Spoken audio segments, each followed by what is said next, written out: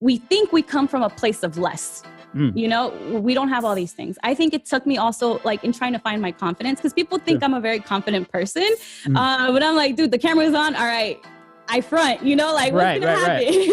Yeah, sometimes that I'm a very introverted person, but when you put me on the spot, it kind of comes out, you know what I mean? But it's also kind of a front for the fact that you're so shy. Now it's like you feel like you have to put on this performance to, you know, make people, I guess, appreciate you to a degree. Yeah, you know, but we show up. Right. But maybe that's why we're on TV, because somehow we do find that aspect of ourselves, you know? Yeah, it's true. It might bring out a part of us that we don't see anywhere else, you know? Right, exactly. What up? It's Dramos, and this is the recap. Of course, as I do each and every week, breaking down some of the biggest headlines from this last week. My guest this week is a very, very special guest because she is a part of the LATV family. AK, she hosts the show Cultura Shock on LATV. She'll be hopping on in just a little bit to help me break down some of this week's biggest stories. Before she does hop on, though, let's get into, some of the BS from this last week. Now, last week, I went in on the Democrats a little bit, right? And while most people got it, I did have some people in my comments, obviously those who still support the human cheese doodle that is Donald Trump, praising me about how I've finally seen the light. So before I get into anything, I want to make it perfectly clear that if you voted for Donald Trump, your view of the world is distorted in the worst way. And I'd like to personally remind you that we are not the same. Unlike the modern day Republicans and Trump fanboys, I don't just blindly go along with what these politicians say or do just because I voted for them. You do something wrong or just flat out dumb, I have no problem calling you out, even if it's the same person whose name I checked off during the election in November. And to this point about people who just blindly follow whatever they're told, the big news that came this last week was the Republicans overthrowing Representative Liz Cheney from her position as the chair of the House Republican Conference, effectively taking away much of her power when at one time they proudly boasted her up as one of the highest ranking members of the Republican Party.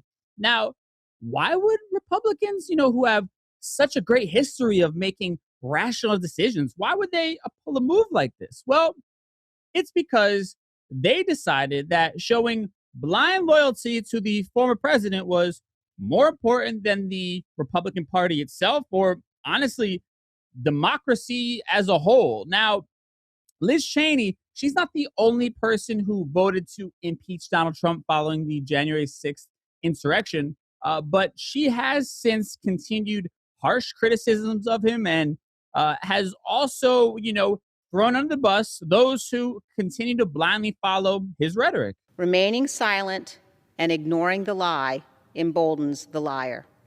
I will not participate in that. I will not sit back and watch in silence while others lead our party down a path that abandons the rule of law and joins the former president's crusade to undermine our democracy. Now, personally, I don't give a damn what happens to Liz Cheney politically, but it is fascinating to me how you have some people from the Democratic side shocked and are even holding her up as some sort of hero or even martyr. And this is the part that I have a problem with. Because when you look at Liz Cheney and who she decided to get in bed with politically, why are we shocked when things ended up badly for her? We all have that one friend, right? The one friend who played with the proverbial fire one too many times, living their life as if they were, allergic to condoms, and it ended up for them with either a baby or an STD. You mess around in these streets long enough, odds are you're going to get got at some point.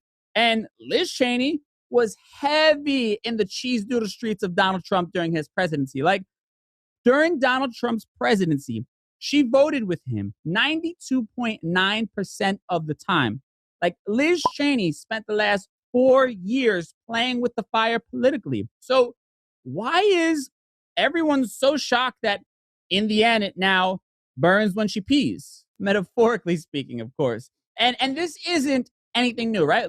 look at the slew of former Trump loyalists who, he turned his back on as they went and spent months, in prison, probably calling another man daddy.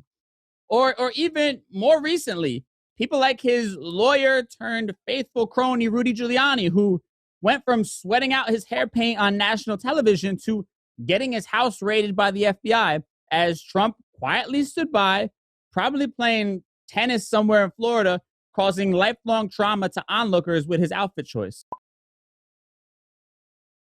Or how about Florida representative and Trump loyalist, surprise, surprise, Matt Gaetz, who is being federally investigated for sex trafficking, prostitution, and alleged sex with a minor, all while his old buddy Donald hangs in the shadows quietly. And side note here, given the stories that we're hearing, in the case of Matt Gaetz, my little STD analogy may very well be more than just an analogy when it comes to him, allegedly, of course, right?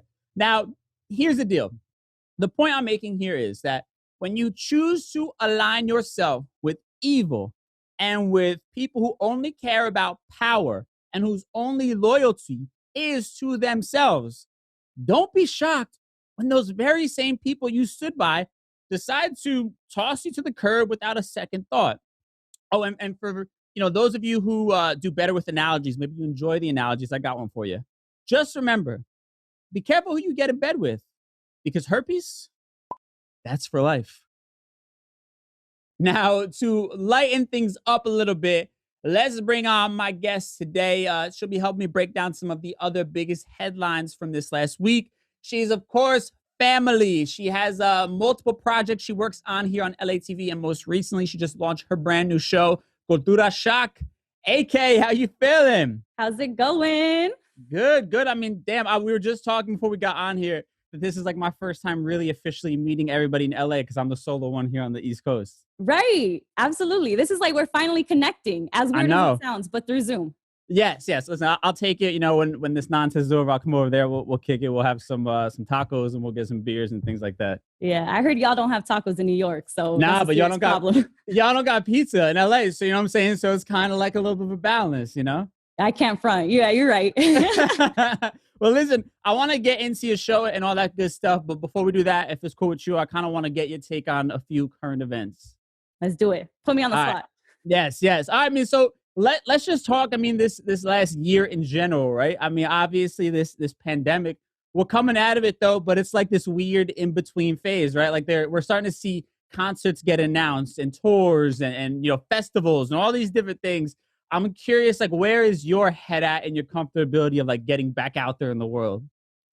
Dude, this is funny because I was just thinking about that. I saw that, for here in California, people that have been vaccinated can now roam around without a mask. Sure. I'm vaccinated, fully vaccinated. I waited the 2 weeks. Personally, I think like I still want to walk around with a mask. Yeah. You know what I mean? I'm Absolutely. Like, half of y'all still don't wash your hands. I still don't want to smell half of the funky like stuff going on out here. Absolutely. They were talking about how there was fewer cases of the flu this year. Right. So I feel like I know Japan, other countries, like they're very, not like germaphobes, but they take care a lot about their like sanitation and just well-being. I feel like the US, dude, all right, I was born here, but we need to check ourselves. Yes.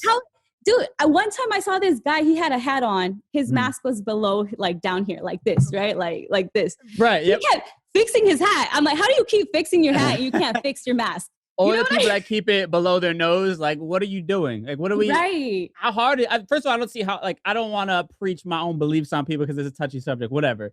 Even though science is science, but but at the end of the day, like, it don't make sense. Like, how hard is it to actually just wear a mask? It's not that difficult. You know what I'm saying? Like, it is what it is. If there's a chance that it helps you out, it helps other people out, why not just do it, It's a selfish act. I'll say that.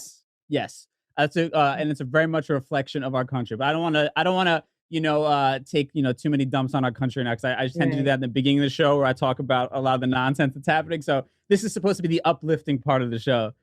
So go ahead. I was going to say, I feel like I have that trouble with my Instagram too. Because I feel like, all right, like it's a platform for me to use. I have a reach. Pero también, I'm not here to regañar people. You know what I mean? But then I'm just like you said, science is science. So it's just like always this play of like, y'all need to recognize, you know, like, all right, let me post this one more time. But I guess you have to do it with like spreading info with love, you know, just trying to get all of us to move in the same direction slowly, you know, but eventually. So. Yeah, I mean, they say it's like, you know, even with television and talking about like more serious topics, it's like mixing the medicine with the candy, so to speak. You know what I mean? Like finding fun ways to talk about things that are incredibly depressing. You know what I mean? Which I is, like that. Yeah. a little bit hard at times. But all right, so let's move on to things in like the pop culture world, because you've kind of been the go-to for LATV with like the pop culture updates and all that kind of stuff, which I love. Yeah. A little bit, you know? So I want to know, I mean, we've been seeing this news of J-Lo and Ben Affleck shacking up together. I mean, what are your thoughts here seeing this couple reuniting? I mean, I'm not going to put down a woman, you know, out there doing her business. Sure. I think J-Lo just has, I mean, I think she was going out with Ben Affleck, and then Mark Anthony was her best friend, and then she got married to Mark Anthony, and then, you know, so it's just like, I feel she's a woman that won't settle for a man. You know, it's not working out, I'm out. I want to get love from someone, let me receive some love. So I think she's just out there doing her thing, and she doesn't care. I'm gonna push back on that just a little bit here, okay? Because I think in a relationship there always is some sort of compromise, right? You know, I don't want to use the word no.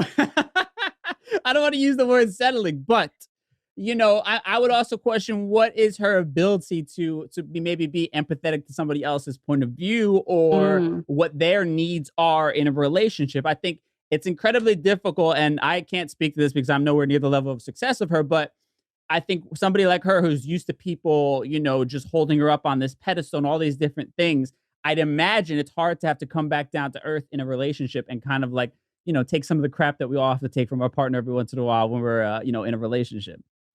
I think that's true. That is true. I also think that just celebrity relationships to that degree are so weird to me. Yeah. You know what I mean? You have attention from everybody. So I'm sure like to some extent she can't be jealous like a normal person. Right. She's married to A-Rod, who, you know, she's married to Mark Anthony. So I feel like it's compromising to an extent, but the standards and boundaries for a relationship of that degree, like they are kind of weird and different, you know?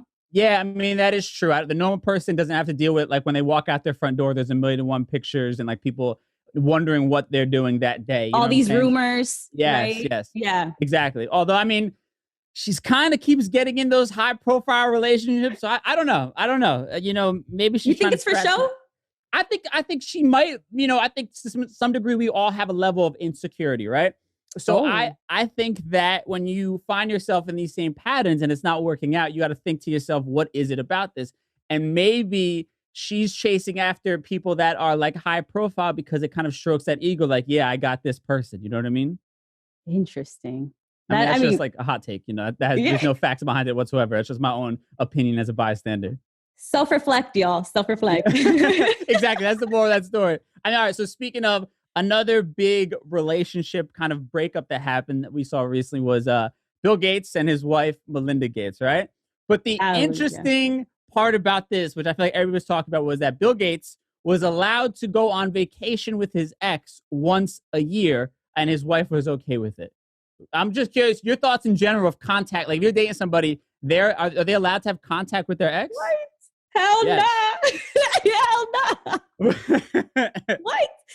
This is the first time I hear about that. Really? Yeah. Yeah. It's weird. Right. Again, these situations, these relationships that are a little like, you know, it's Bill and Melinda Gates. They're going to have some different expectations in those relationships. Yeah. I don't know. That's a little weird. Yo, first of all, I can't imagine like being in consistent text with an ex, but imagine them being able to go on a vacation solo, just the two of you, and you fly out to like Maui or somewhere for a week. Because they had been married for a really long time, right? Melinda, before he even started Microsoft. Yeah. Well, what's interesting, they were saying that this ex of his was like a real serious relationship, and that he actually asked if she was okay with him getting married to Melinda before they even got together. It's like this weird thing that's going on. I don't know. Dude, I don't know. People with money think they could get away with things. You know what I mean? the facts are the facts. He was able to get away with it, though. You don't know. So, look, actually, let's take a moment to talk about this. Let's do it. Let's dive into it. Okay. I feel like sometimes we put up with things, right? We put up with things. In this case, you have Bill Gates, a man with money, a man that's building a reputation. You both have a foundation. There's like things like that are at stake. You can't just go and leave this man, right? Yeah. But I feel like women need to be empowered. If you're not receiving as much love as you're giving, it's not the relationship for you. You know what I mean? So, and to that extent, I mean, I feel like it was funny. My boss even told me this. It is great. I love my boss. Shout out to Luis, by the way. He was like, a man will push your boundaries as long as you keep letting him push your boundaries. And that's kind of like it's like a test, but to him, it's like affirmation. I can get away with such stuff, you know? And so it's not that you're giving tough love. It's that you're maintaining your own your own self-love to say absolutely not, And so for a person to be like, well, that's too like high maintenance or that's too much, that's completely fine. Then he's just not the one for you. You can't force a situation, and you're not going to be amicable with everybody. It just you just have to connect, So like, don't force a situation, No, I agree. I think you have to have similar boundaries and similar kind of like moral cornerstones, if you will. But let's scale it back a little bit, because that's kind of a very extreme case, right? So what about when it comes to like social media? What are the rules about that? Like, is your current boo allowed to follow his ex or her ex on social media? I don't have a current boo. Hypothetically speaking here, okay? So you can't wiggle out of this answer. Hypothetically speaking. I'm gonna make a side note. Normalize being single and be happy with it. All right. If I think, again, it depends on the person, right? What do you consider cheating? Can a person look? I think everyone's going to look. So I don't consider that to be cheating. When you pull up their feed and all of a sudden all these pictures, the algorithm puts all these pictures, the algorithm lets you know. I think the algorithm's a lie, by the way, because my algorithm looks crazy. And I'm like, all I look at on Instagram is like plants and like restoring furniture. And I don't know why. If I go on my Explore page, it's just all butts. I don't get it. That's hilarious. Yeah. You just said the key word. They're about to show up again, Right. Yeah, exactly. Yeah, I think to the extent where like they like a picture, okay, maybe. But getting in people's DMs, flirting with people, putting other people before you, not giving you the security you need also, I think is a big thing. I think that's where the lines start, like, Yeah, absolutely. I would agree with that. I mean, for me personally, I don't follow any ex on social media that I could think of. Are you friends with some?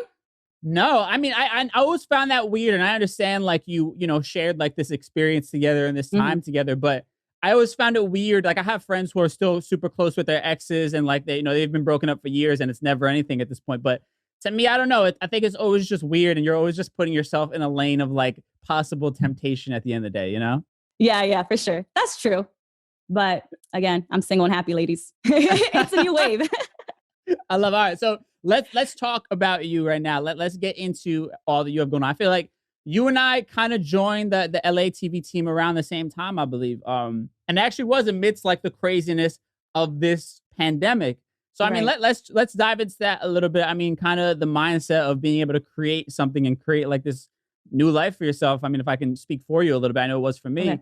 During probably one of the most depressing and craziest times of our lives. So I mean, kind of talk to me about your experience a little bit. Yeah. So, right. I started at LATV right as the pandemic hit. So it was kind of weird. You're going into this space where you want to network, you want to talk to as many people as possible, and get yourself out there. Everybody's home. Sure. So I'm here like, all right, cool.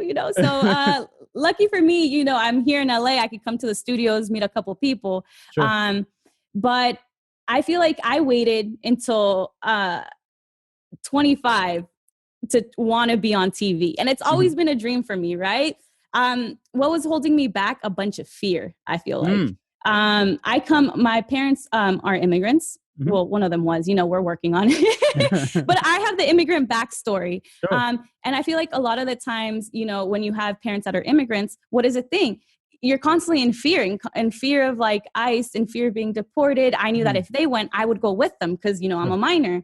And it was always like, make yourself not seen, Right. out of survival. So I feel like I grew with that. And we're talking about like generational trauma, right? That's something I have to deal with and try to break out of. I knew that.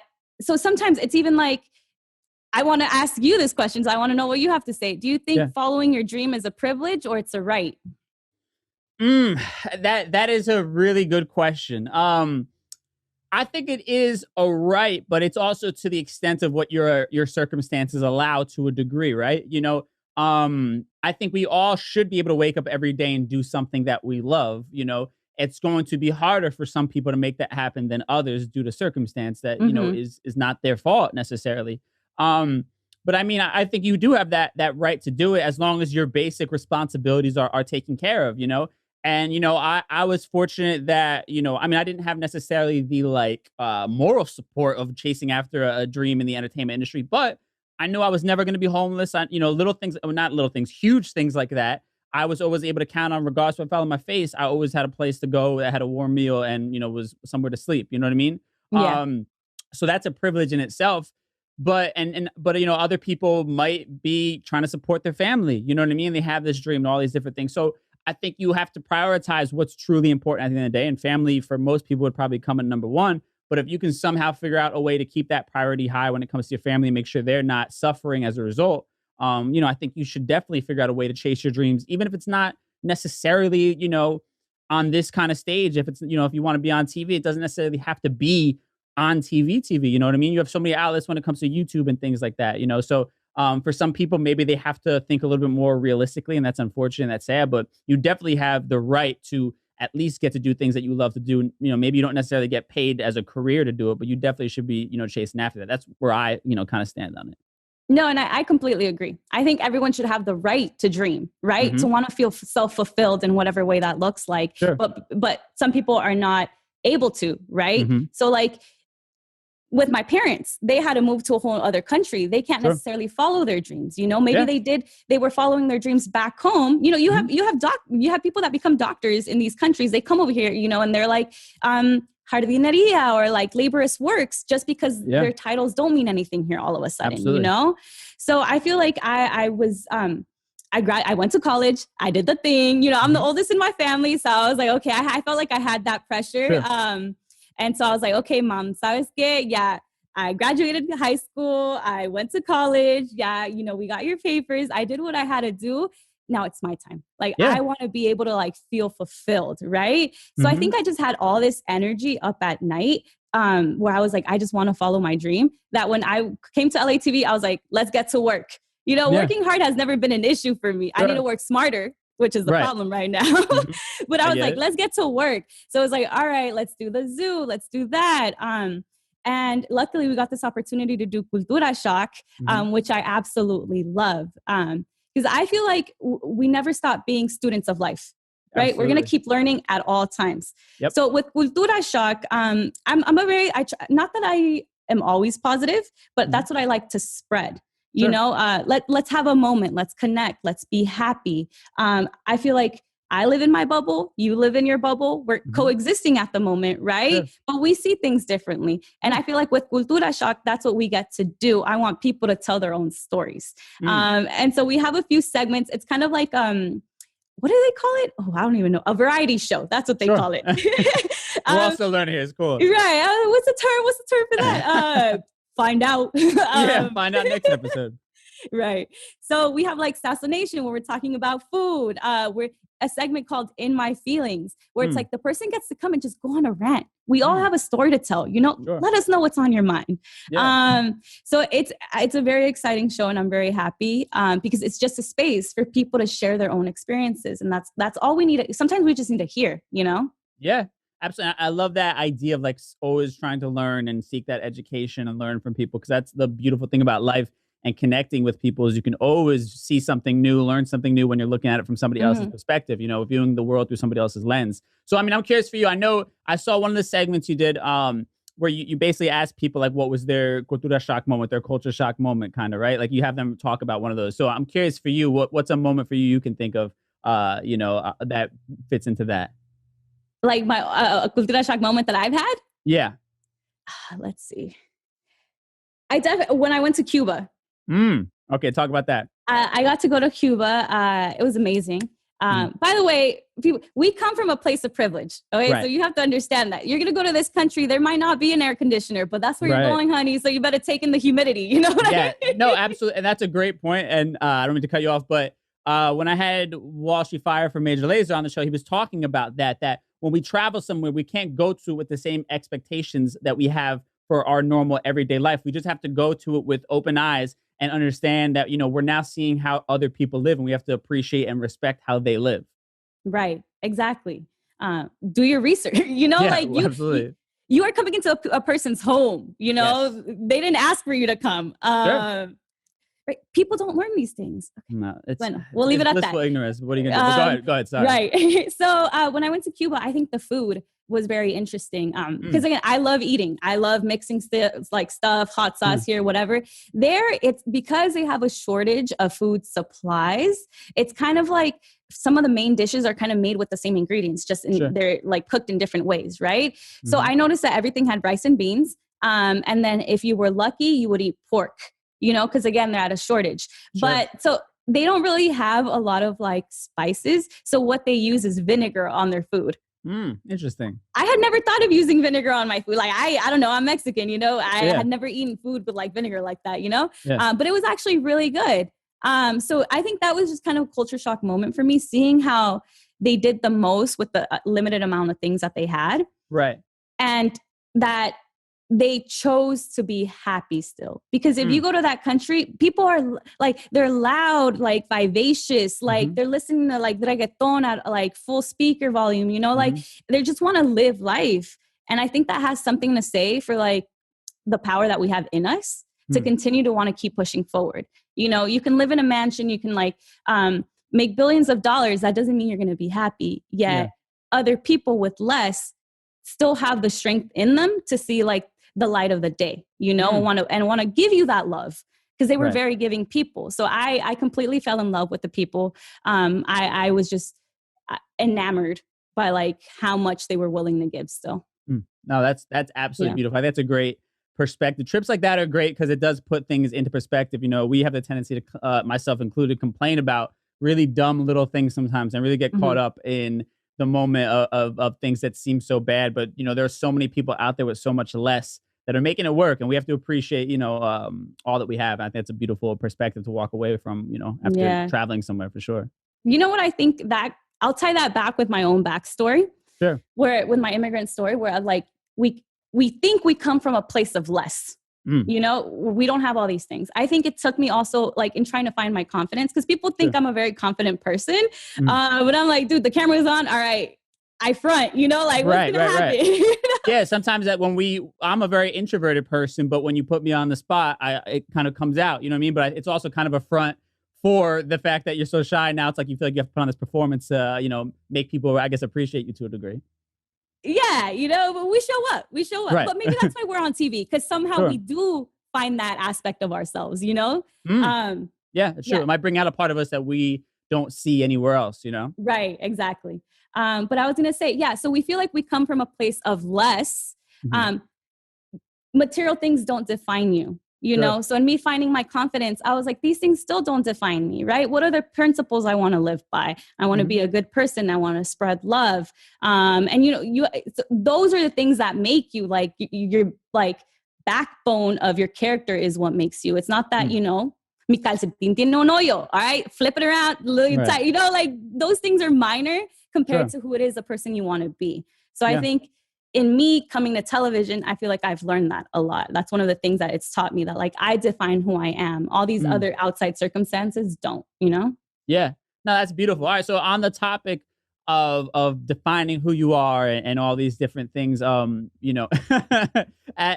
you get out of here, I want to know, so we're talking about your career. We're talking about you kind of having all these different moments of spiritual awakening and really getting clear on what you want and what's important to you, what is the ultimate goal for you? Because I'm big on speaking things into existence. So I want you to put out there, and I'm here as your witness. I'm going to hold you accountable for this. I want you to put out there, well, maybe one of your bigger goals that you have, whether it's professionally, as a person, whatever the case may be. What are you trying to manifest? Let me paint the picture of what I want my life to be. Go for it. The stage is yours. I want to drive a Dodge Dart. No. Side note. Okay, no. Very specific. I like it. Right. 1967. I feel like, well, my dream has always been to act. So I love doing that. I love to connect with people. So me hosting and doing these things allows me to connect with different types of people, catch their vibe. How do I meet these people at their level, right? That's a practice for me. But I hope that one day I get it to where I can be, you know, big to a degree, making that good money on the side, but making that good money because I really do want to have philanthropic, like ventures. You know, I want to work with like women's rights, especially like with femicides in Mexico. Planned Parenthood, I believe in it. You know, I've used it. Ladies, go to it. You get some free consultations, you know. But just things that actually matter, immigration rights. So I want to be able to become a voice for philanthropic ventures like that, while at the same time being able to like pursue the artistic side of myself. But like, it's like feeding my artistry and feeding like my heart and wanting to help. I've always wanted to be of service for people. That's beautiful. I mean, listen, and I think with that mindset, that's why you're going to attract more of those things because you're going at it the right way. You know what I mean? You're not going at it just for power and fame and all these different things, you know. If I could avoid some of the some of the fame aspects, I totally would, dude. Because I'm like you. I'm an introvert sometimes. I don't want to be sharing too much, you know? Absolutely. I mean, but I think when you go about things with that kind of purpose, you're going to attract more things like that. That's a beautiful way to go about it, especially at this point. You know, you're still very young to have that mindset. I think it's a beautiful thing. So I commend you for that. Thank you. Yeah. Absolutely. But like I said, I feel like you share that positivity too. So I feel like, you know, I want to applaud the recap. I'm here with DJ Dramos, you know, doing our positivity thing. These are the shows that we need. Yeah. No, absolutely. I think, you know, for me, I tell myself this every morning, and my goal is always to be a voice, to be an advocate, and to be, you know, a person of influence for good in my community. You know what I mean? So that's why, whether it's going super hard, talking about politics aggressively, because I think it's important, or spreading positivity and positive affirmations to encourage people, I just think, you know, that's what I want to do with my platforms. And kind of what you were saying even before with social media, where you're talking about speaking on things that are important. Like, we all have a platform at the end of the day, and it's sad that so many people choose to waste it trying to, you know, kind of give themselves a pat on the back and boost their ego rather than actually doing things that really matter and kind of move the needle, you know?